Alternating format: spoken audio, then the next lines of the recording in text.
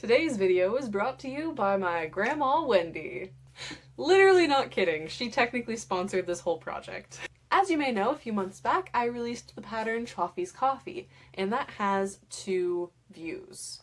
The Chaffee's Coffee view, which you've already seen me make, and the Sweet Matcha view. This is a free downloadable PDF pattern that you are welcome to use however you see fit, and today I'm going to walk you through the Sweet Matcha view. The main difference between the Sweet Matcha view and the Chaffee's Coffee view is that the Sweet Matcha view is designed to be as frilly and detailed and fun as possible, while Chaffee's Coffee is more utilitarian. I chose to make this design reversible so that I could show off all of the little add-ons and tweakings that you could do to make your design as personalized as possible. Anyway, let's begin!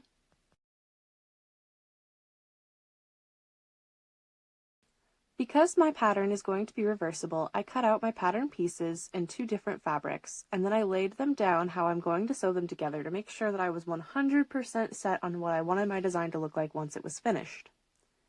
I cut out all of my pattern pieces according to the instructions, with one special exception. I cut out a bottom ruffle by measuring the bottom arc of my skirt panel and multiplying this number by 2. The tie-back straps are very easy to assemble. You simply fold in the raw edges by 5/8 of an inch and then fold them in half. And then once you've top stitched all the way around the edge, your tie-back straps are done and ready to be inserted into your bodice panel. To construct the patch pockets, the first thing that you're going to do is finish the upper edge. Fold your raw edges under once by 1/2 inch and then fold that under again, pressing this well with an iron to maintain the fold. Take this over to your machine and top stitch, making sure that you're catching the folded fabric underneath so that it's stitched down. Next, use your paper pattern as an ironing guide and press the raw edges under. Go slowly and carefully and make sure that none of your creases are too sharp. Once you've pressed these really well, you're going to pin your pockets down and then top stitch around the edge of your pocket, remembering to back stitch. To add a ruffle to the bottom of your apron, measure the bottom edge of your pattern piece and multiply this by 2. Because of the length of my fabric, I had to cut it out as 2 lengths of fabric. Fold this in half so that you don't have to hem, and optionally add some lace trim before ruffling. I only wanted lace trim on one side of my design, so I've only put it on one side of the ruffle, but if you want a fully reversible pattern, you'll add it to the other side as well. Turn your stitch length to the longest length it has and stitch along the top edge of your ruffle, removing pins as you go if you have lace pinned in place. You'll do this a second time so that you have 2 strings of gathering stitches. Pull the top threads to gather your ruffle. Place your ruffle face down along the skirt panel of your apron and distribute your ruffling as evenly and neatly as possible. Pin this well and then take it over to your machine. Be careful not to sew over any pins. When you're ready to attach your skirt panels to each other, the ruffle will be safely sandwiched in between the seams. Take both of your skirt panels and put them face together and pin all along the edges. Take this over to your machine and sew 5/8 of an inch away from the raw edge. Be sure to remove your pins as you go. Be very careful along the curves to make sure that you're stitching evenly and smoothly so there aren't any awkward jutting lines or corners. Once you've finished sewing your seam, clip your curves. I like to do 1 clip every 1 inch or so. Now that my 2 panels are connected together, I'm going to assemble my top panels. I'm putting my straps in between and pinning those down first, and then I'm stitching all the way along the edge of my top panel just as I did for my skirt. Now I have my skirt panels sandwiched in between my waistband pieces. These are right sides together. I sew along this edge just as I've done for every other seam. It's a 5/8 seam allowance. And now I'm pinning my top panel to just one of my waistband pieces. I'm going to stitch this down, just as I've done for every other seam once again, and iron this seam well.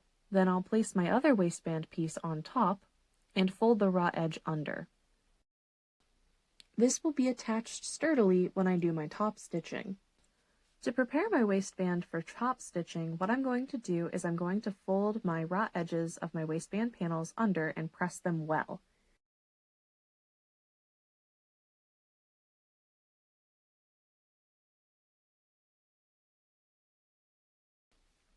And then I place my other waistband on top and I do the same and pin them in place.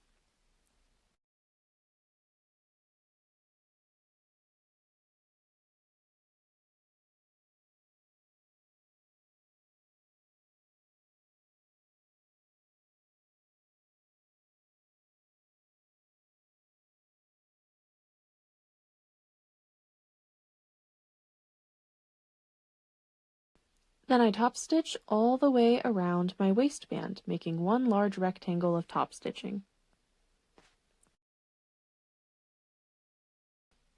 To make the hello bows, you'll need to cut out 2 of the hello bow base pattern piece. You can also cut this pattern piece out on the fold if you so desire. Make sure that you leave a 1.5 to 2 inch gap so that you can turn your bows right side out, after clipping the corners, of course. Once you've sewn your bow and turned it right sides out, you're going to mark the middle either by ironing or just pressing really hard with your hand. Then you're going to sew up this line that you've just made with a running stitch. Pull really, really tightly and then secure this gather with a bunch of small stitches. Next, take the hello bow ribbon that you've already sewn, turned, and pressed, and place it right sides down and stitch one end of it to the back of the ribbon. Then slide a safety pin into the bow ribbon and trim off any extra. Turn the raw edge under and secure this corner with a bunch of stitches. This will both attach your safety pin so that you can use it as a brooch, and it will finish your bow nicely.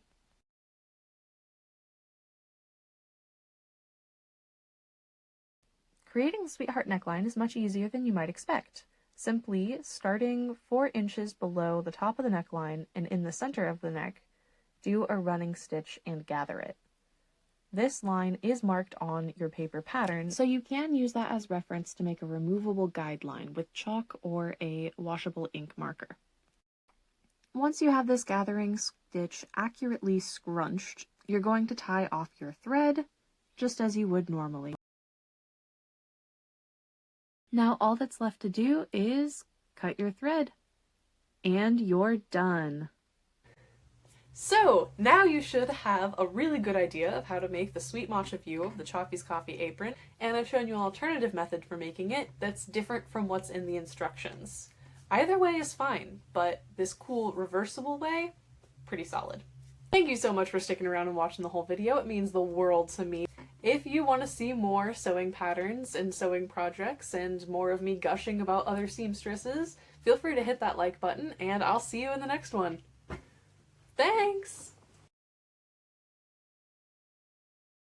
So as you may know, I released the pattern I did my eyeliner and I messed up and I wound up going full e-girl. Yeah.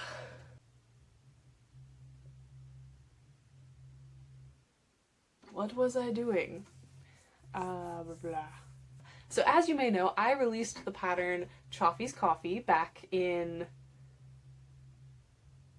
September-ish? No? Thank you, Dwight. Thank you, Danny, Christy, Kelly. Wait, who do I live with?